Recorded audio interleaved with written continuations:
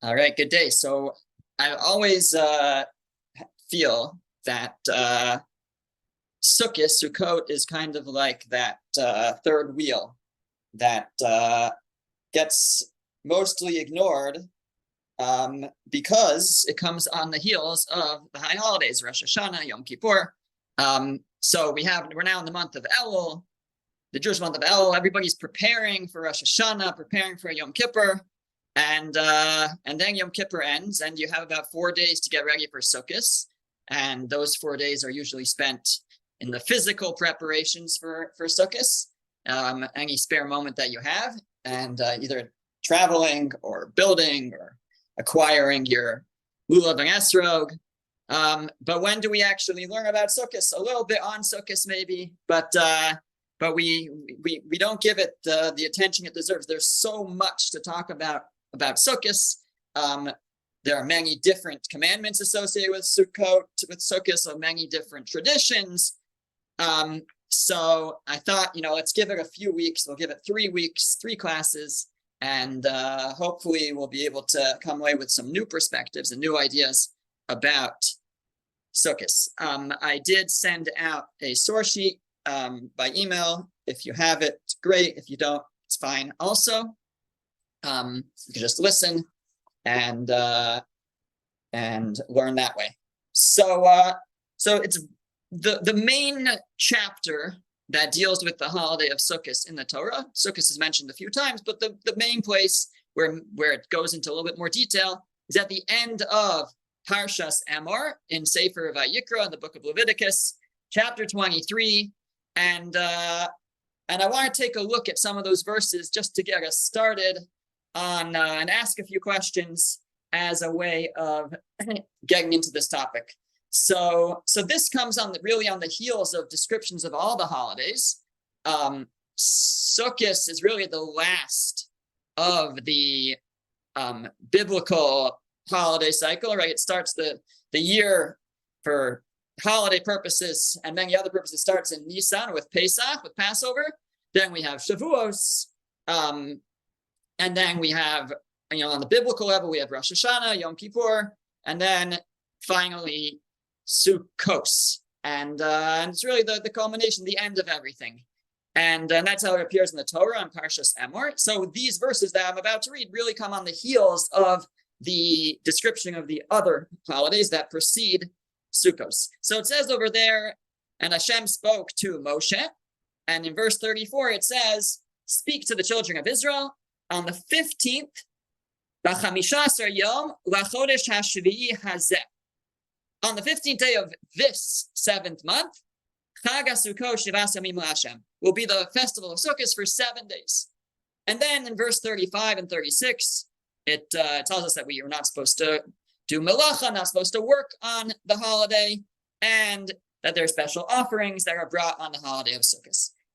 And then in verse 37 and 38, it appears that we're now finished discussing the holidays, and that's why I put them in red. It's the conclusion of the descriptions of the holidays, because it says these are God's appointed holidays, that you should designate them as holy occasions to offer sacrifices, etc. Besides, for the regular Shabbos, these are the holidays. Done. End of the discussion of the holiday cycle. As I said, this discussion comes on the heels of mentioning all the other holidays there in chapter 23 of Vayikra. So we seem to be done. But then all of a sudden we're like, actually, we're not done. Let's talk a little bit more about Sukkot. Even though we just concluded talking about it, I forgot a few things. So then the Torah goes back and it says in verse 39, Ach b'chamishaser yom, but on the 15th day of the 7th month, when you gather in the produce of your land, tachogu es chag Hashem, you should celebrate a holiday for God for 7 days.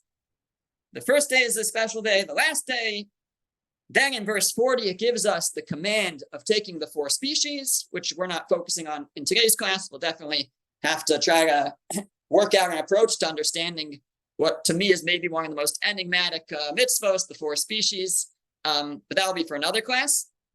And then in verse 41, and you shall celebrate as a festival for 7 days. And then in 42 and 43, we have these famous verses where it says, Basukos teishvu shivas yamim. You should dwell in Sukkos for 7 days. Kol ha'ezrach b'Yisrael yeshvu basukos. Every resident among the Israelites shall live in these Sukkos, in these booths. Why? And the Torah actually tells us why. Doesn't usually, most often, doesn't tell us the reasons behind mitzvos, but sometimes it does, and it tells us why. V'man yedu dorosechem, in order that your generation should know, ki basukos hoshafti es b'nei Yisrael, that I caused your children, the children of Israel, to dwell in these Sukkos, in these booths, when I took them out of Egypt. I am the Lord your God. So the question, the most basic question speaks for itself, and I already spoke for it too. We start off talking about this holiday. We say a couple of things, and then right in the middle, verse 37, 38, we're done. We're done speaking about the holidays. These are the holidays. And then all of a sudden, oh, but I forgot a few things.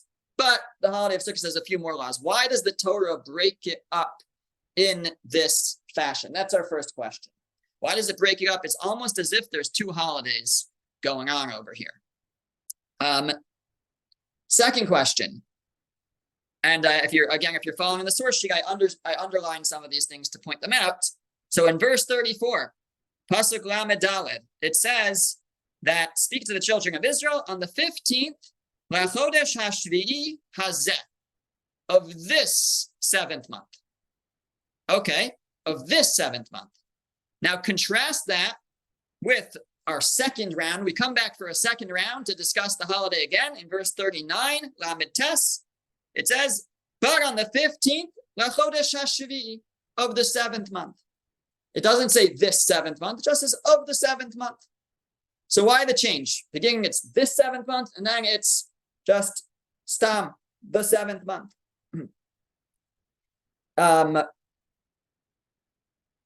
Another question. All of a sudden, that second half, now we're talking about be'as bechem es tuasar. It's when you gather in the produce of the land. No mention of gathering in the produce in the first half, our first mention of this holiday. Only in the second half do we start to talk about, by the way, it's the time of the gathering of the produce. What does that mean, by the way? Well, we harvest the produce around Pesach and Shavuos. Different crops get harvested Pesach in Nisan, and some in Shavuos time. And then typically one would want to dry out the grain so that it can be preserved. And so in Israel, it doesn't rain in the summer. You leave your grain outside to dry out, or maybe other produce as well. And then before the rainy season, you gather it all in. You bring it into your house, into your silos. You start to store it, and that's actually when you really see how much you have all together, because that's when it all really comes together. That's the be'as bechem es tuasar. It's when you gather in the produce, and that's during this time of year, the holiday of Sukkos. So why is it only mentioned, by the way, this is the time of year when you gather it in? It only mentions that in the second half. The first half, no mention of the fact that this is the time of the ingathering of the produce. Maybe to even build out that question a little bit more, if you look at the next box, the second source, which is way back in Parshas Mishpatim, in the book of Exodus, Shemos chapter 23 also, actually, it's also chapter 23. So over there, it gives us a very brief description of the Shalosh Regalim, the three holidays of Pesach, Shavuos, and Sukkos. And it says there, Es Chag HaMatzos Tishmor, you shall observe Chag HaMatzos, the holiday of the matzah. And it tells us a little bit about how to do that. After all, they were commanded about the holiday of Pesach in Egypt. And it refers to it as Chag HaMatzos, the holiday of matzah. Okay, but then in the next verse we have V'Chag HaKatzir, verse 16, Tes Zayin, V'Chag HaKatzir, and the holiday of the harvest. What's that? That's Shavuos. Shavuos is the holiday of the harvest. And then it says V'Chag HaAsif, and the holiday of the ingathering. What holiday is that? That's the holiday of Sukkos. It's the holiday, apparently it's called Chag HaAsif, the holiday of the ingathering of the grain. You should observe these holidays. Now, why does it call it Chag HaAsif? I thought it's called Chag HaSukkos. Where is it called Chag Sukkos? Well, we just read some verses that call it Chag Sukkos. In Vayikra, in Leviticus chapter 23, verse 34, speak to the children of Israel, Chag Sukkos. You should keep the holiday, the festival of Sukkos. So what's it called? What is the name of this holiday? Is it Chag Sukkos or is it Chag HaAsif, the holiday of ingathering? So those are some questions to open up with. Just if we just take even a cursory glance at these verses, these questions jump out at us. Just to review them, why is there this interruption in the middle of the discussion of the holiday of Sukkos? Why at the beginning does it say it's this 7th month, Chodesh HaShvi'i Hazeh, and then in the second round it just says Chodesh HaShvi'i, the 7th month? And why is the idea that it's the ingathering the produce only mentioned in the second half of the discussion of the holiday over there in Vayikra? And to build on that question, why in Parshas Mishpatim, back in the book of Exodus, it's called Chag HaAsif, the holiday of ingathering of produce, and not the holiday of Sukkos.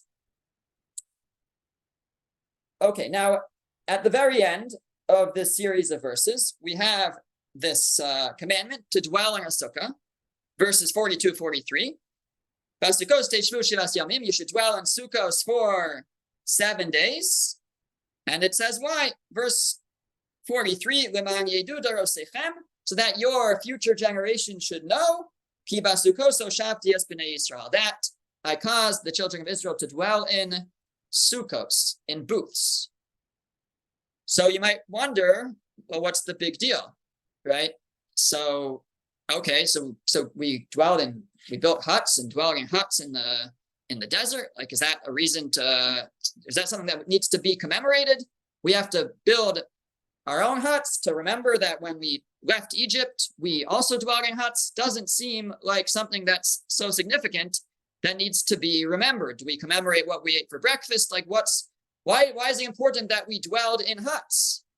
So it's actually machlokas. It's a dispute in the Talmud, in the Gemara, what it is that we're commemorating with the holiday of Sukkos. And that's the top box on page 2.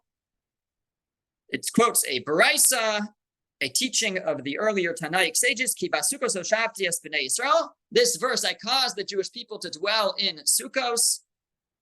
Anane kavod hayu. Those were the anane kavod, the clouds of glory. Divrei Rabbi Eliezer, that's the opinion of Rabbi Eliezer, and Rabbi Akiva says, Sukkos mamish. No, it was actual booths.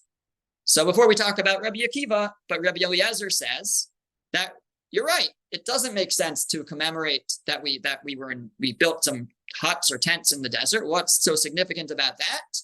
Rather, what we are commemorating is the great miracle that God did for us with the Anane HaKavod, the clouds of glory. So we have verses that describe a little bit about the clouds of glory in the Torah. It's mentioned a whole bunch of times, these clouds. What is explicit is that they guided them, right? By day they had a cloud, by night they had a fire guiding them. We know that there was a cloud that stood in between the Jewish people and the Egyptians when the Egyptians were bearing down on them, implying that the clouds provided some level of protection. And the Midrash Tanchuma says, actually, you find mentions of the cloud 7 times in the Torah because there were 7 clouds. And there was a cloud above them, a cloud below them, and a cloud on each side, which makes 6. And then there was a cloud in front of them, which was clearing the way for them, smoothing out the ground.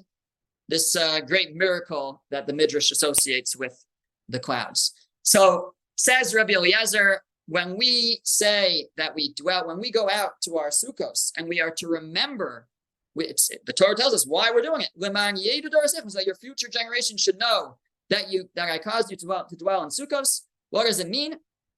It means not booths. That's not so exciting. It means that I caused you to dwell in, or that I protected you with the clouds of glory. Rabbi Akiva says no. Read the verse. It says Sukkos. Sukkos means booths, huts, and And it was, that's what we're commemorating. What's the significance of that? Why would we commemorate that? That's a fair question. We'll have to, something we'll hopefully give an answer to tonight, and then maybe other answers next week or the week after. Yeah, Robert. I think it's interesting that even Rabbi Akiva's opinion is not really literal, because the Torah always talks about them living in tents, not in booths, which is not okay. You're saying it's kind of a. I mean, it's similar, but it's not right. exactly. It's not a literal. It's not the literal word that's usually used to describe what they dwelt in. Okay, good. Okay, so let's for now focus on Rabbi Eliezer. We are commemorating the clouds of glory. Okay, beautiful. Now, when did the clouds of glory come? Well, they came when we left Egypt. Right? As I described, the cloud was there protecting us from the Egyptians who were bearing down on us, which is right when we left Egypt. Now, when is that? That is, we left Egypt on the 15th of Nisan.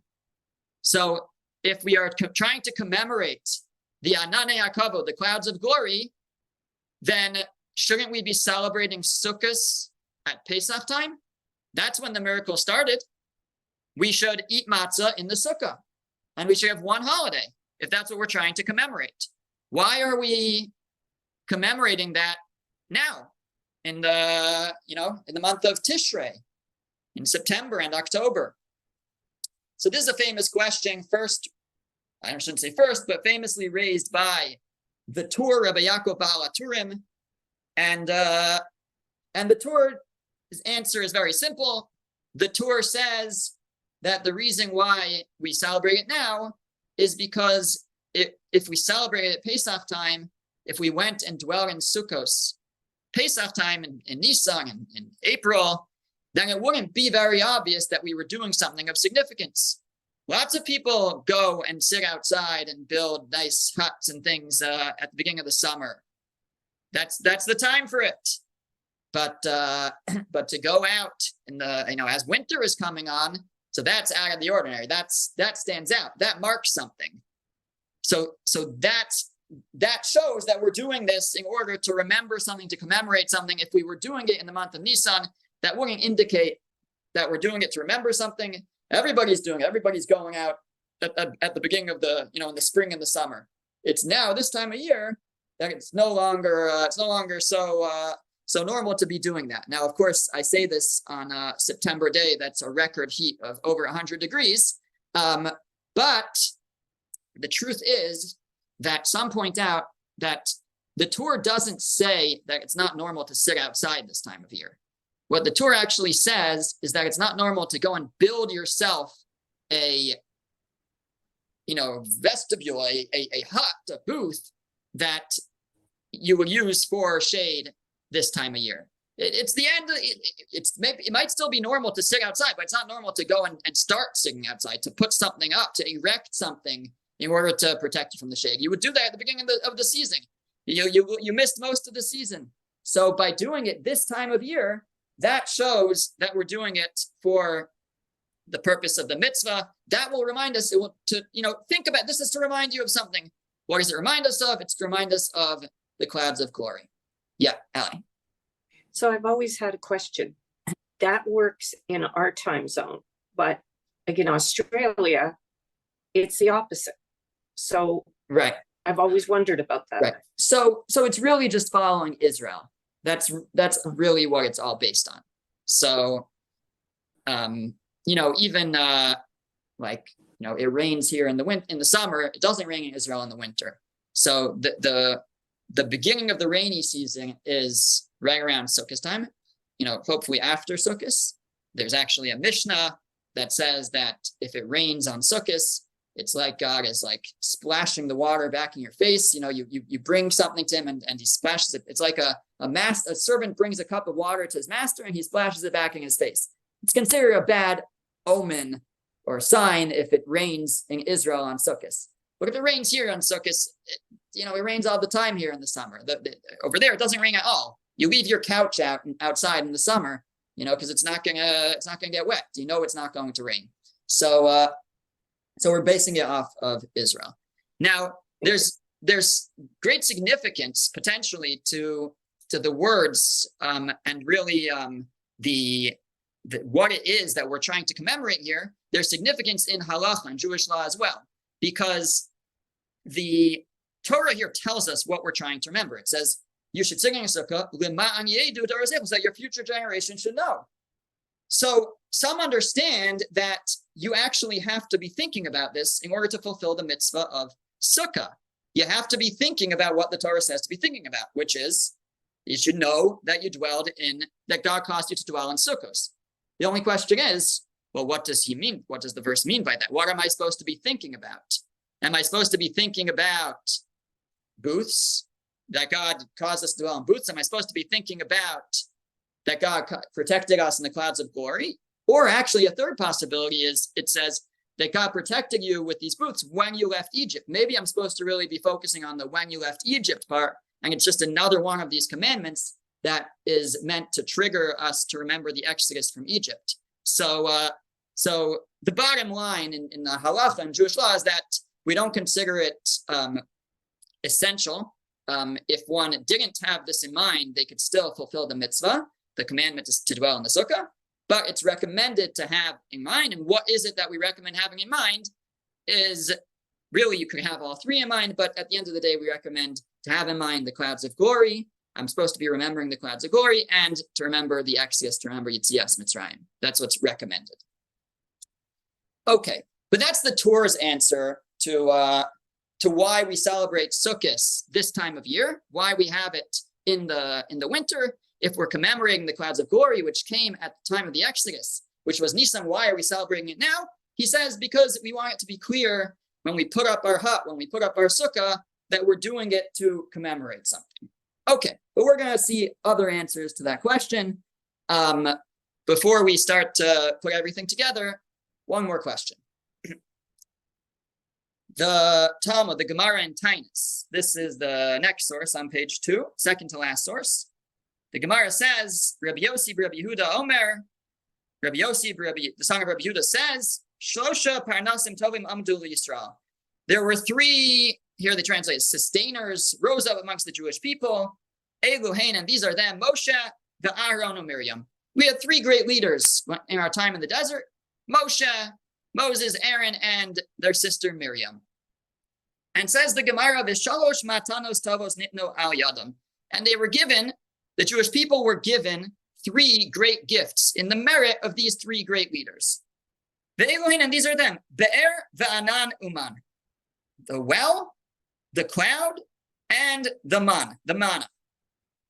The Be'er, the well, that traveled with them throughout their time in the desert, providing water from a rock, a great miracle. That was, says the Gemara, B'zichus Miriam. That was in the merit of Miriam. Amud Anan, the cloud, that was in the merit of Aaron, of Aaron. And the third one was the manna that fell every day. That was in the merit of Moshe. So the Mabit, Rabbi Moshe Ditrani, asks a famous question regarding this. He says, if in fact we assume, like Rabbi Eliezer, that the commandment of Sukkos is in order to remember the Ananei HaKavod, the clouds of glory, why is it that out of all these three great miracles that occurred for the Jews in the desert, why is it that it's the clouds of glory that get their own holiday for it?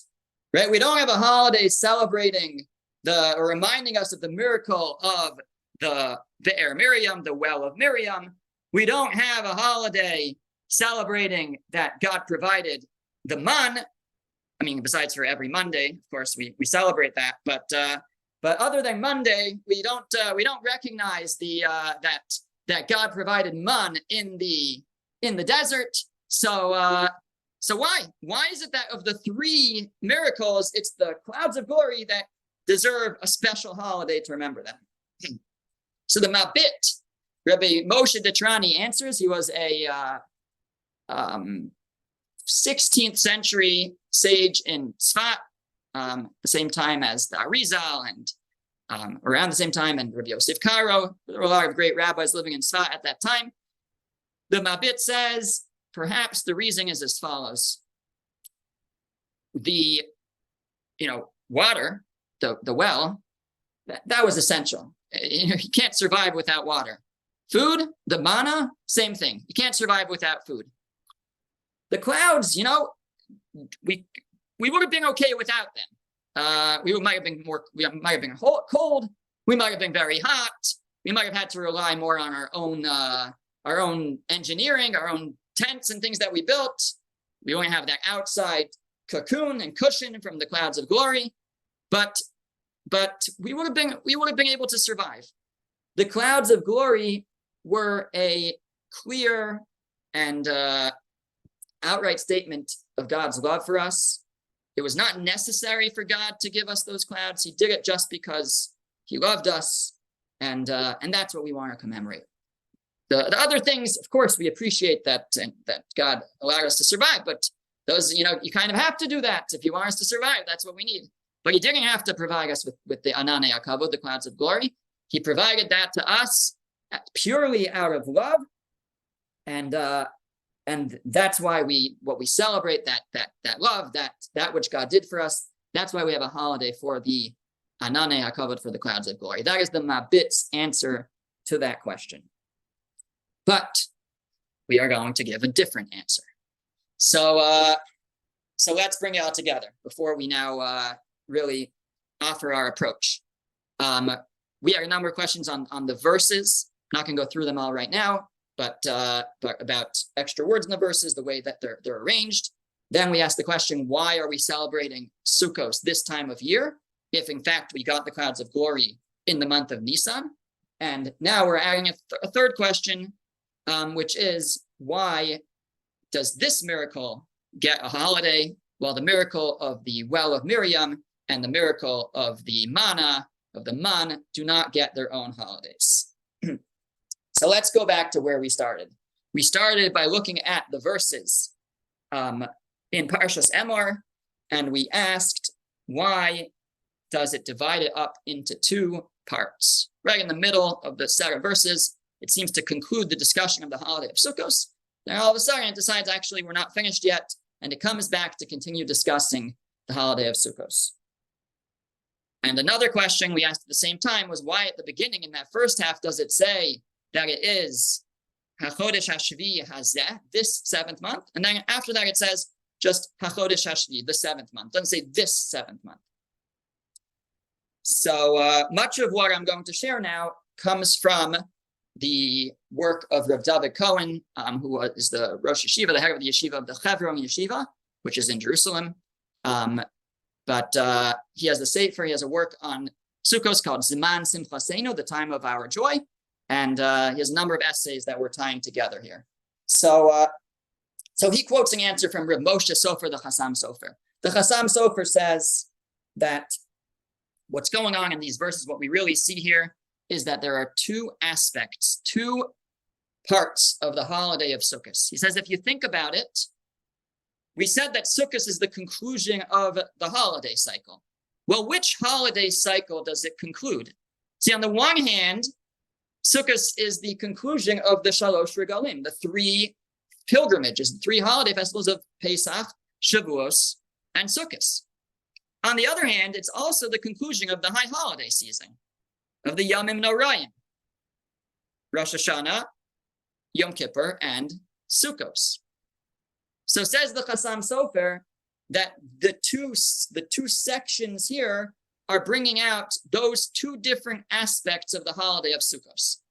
First, we come on the heels of talking about the holiday of Rosh Hashanah and Yom Kippur.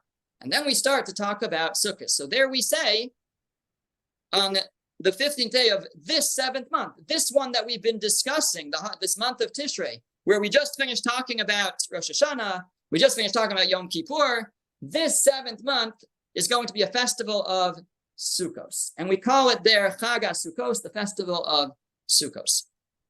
Then we say, okay, that's it. That's the conclusion. But now we're going to come back and talk about Sukkos again, because now we have to talk about it from a different perspective. Now we have to talk about it as the conclusion of the Shalosh Regalim. For now, we'll call it the agricultural cycle. The holidays that reflect or come along with different agricultural celebrations. The harvest at Pesach and Shavuos, and then the conclusion here is Chag HaAsif. So in the second half, when it says on the 15th day of the 7th month, so now we're not looking at this 7th month anymore, because we're not talking about it in relation to Rosh Hashanah Yom Kippur. Now we're talking about it in connection to the other Shalosh Regalim, to Pesach and Shavuos, the harvest. And now we're mentioning B'as Bechemes Tvuas Haaretz, when you gather in the produce of the land. And they're really different ideas.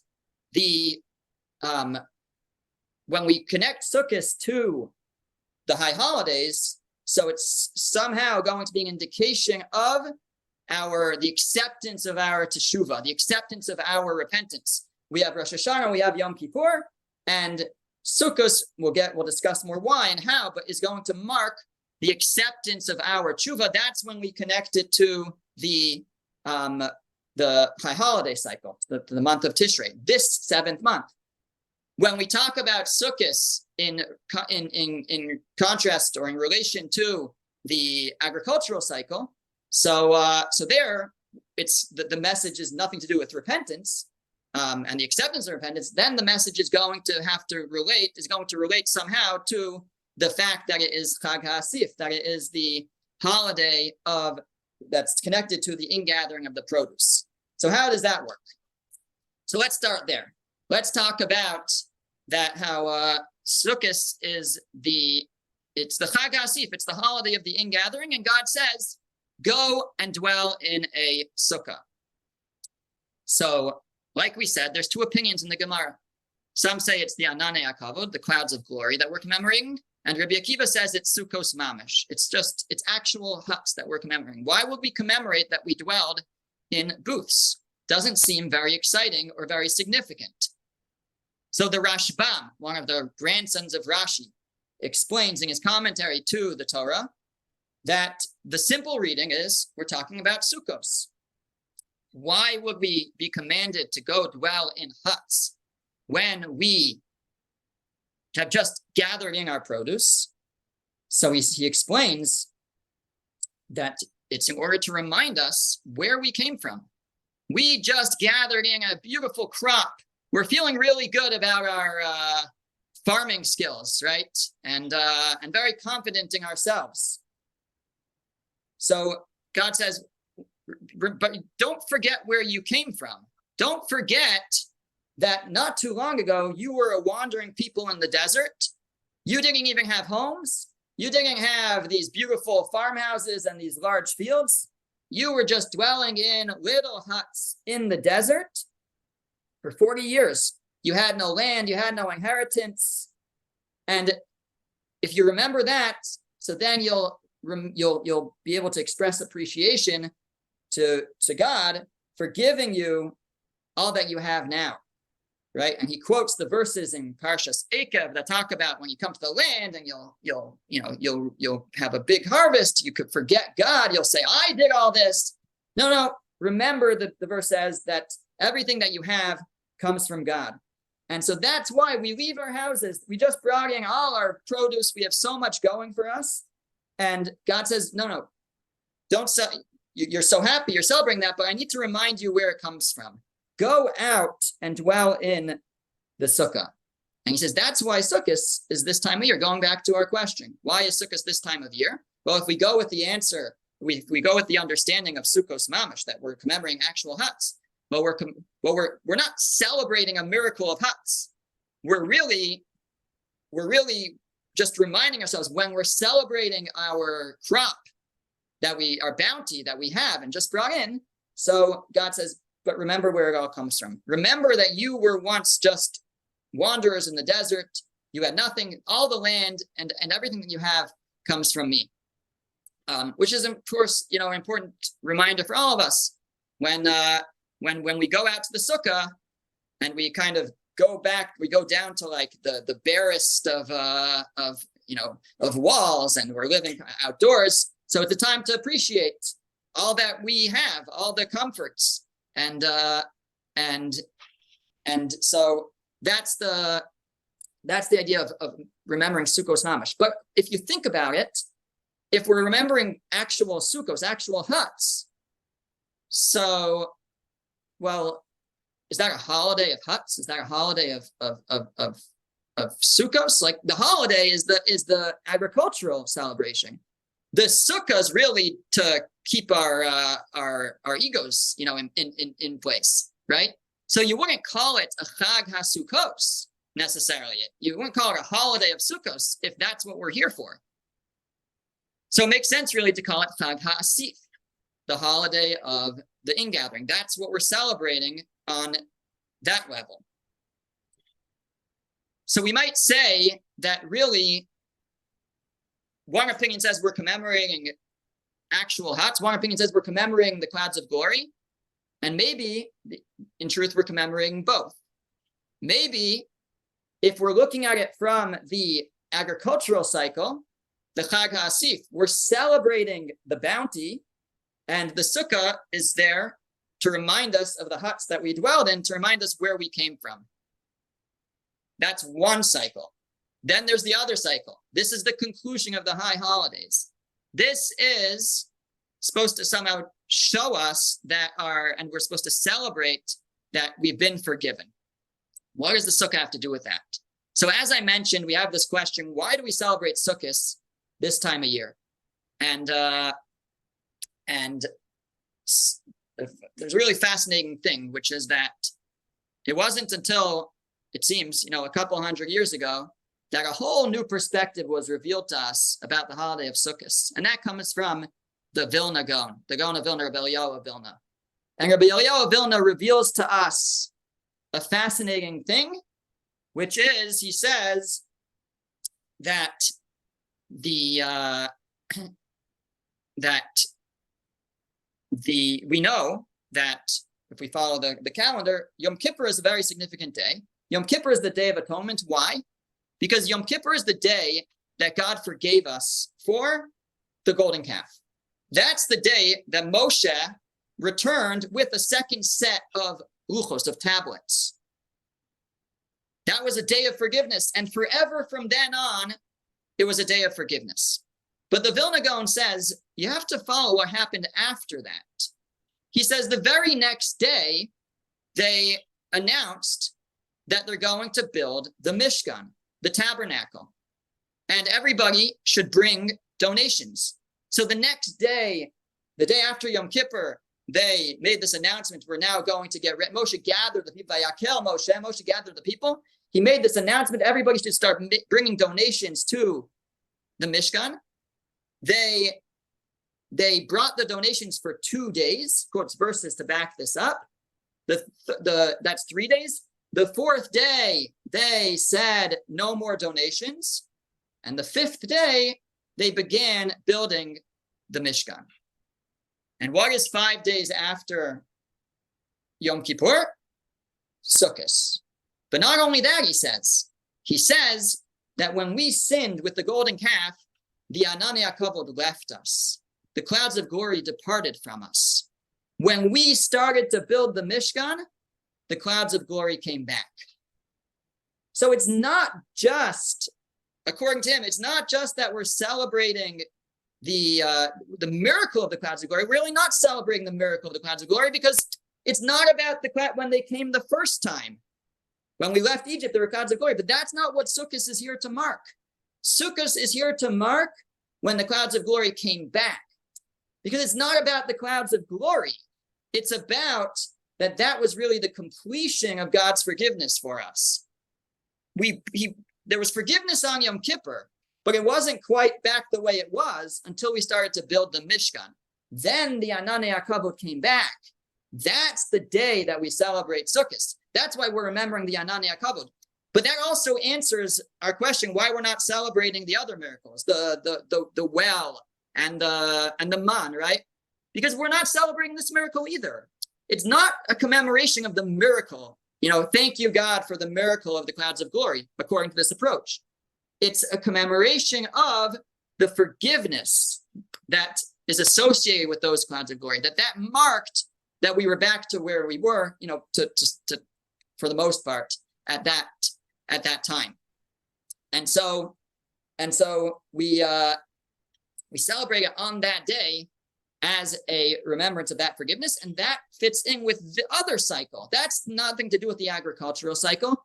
That's the Tishrei cycle. That's Rosh Hashanah, Yom Kippur, and then we achieve complete forgiveness at Sukkos, where the clouds of glory return to us. That's what we're commemorating on Sukkos. And we say in our prayers, we say, so on the last source on the page, we say, God, you chose us from all the nations. Ahavta osanu, you loved us, viratzisa banu, and you desired us. The Vilna Gaon says that these are corresponding to the three different holidays of the Shalosh Regalim: Pesach, Shavuos, and Sukkos. You chose us from all the nations. That was Pesach, when we're chosen as a nation. You loved us. That was Shavuos, when you gave us the Torah. Ratzisa banu, you desired us. The Vilna Gaon says the language of Ratzisa is always associated with fixing a relationship. Ritzui, v'nirtza lo lechaper alav. It's an atonement. That's what Ratzisa means. You desired us. It means after there was separation, that's when you desire us. And that refers to the holiday of Sukkos in terms of the forgiveness that God gave us on Sukkos. And by the way, this also explains, says the Meshech Chachma, Rameir Simcha of Devinsk, why in Mishpatim, back in the book of Exodus, we only call it Chag HaAsif. We don't call it Chag HaSukkos. Because in the beginning, originally, before the singing of the golden calf, that Mishpatim comes before the singing of the golden calf, there was only one idea to Sukkos. It was just the idea of, it was the ingathering of the produce. It didn't have this idea of the forgiveness of the golden calf, the complete forgiveness, because that hadn't happened yet. So back in Exodus chapter 23, it's only referred to as Chag HaAsif, the holiday of the ingathering. It's only later in Parshas Emor, in the book of Vayikra, that we call it Chag HaSukkos, the holiday of Sukkos. So just to close, because we're just about out of time here, what we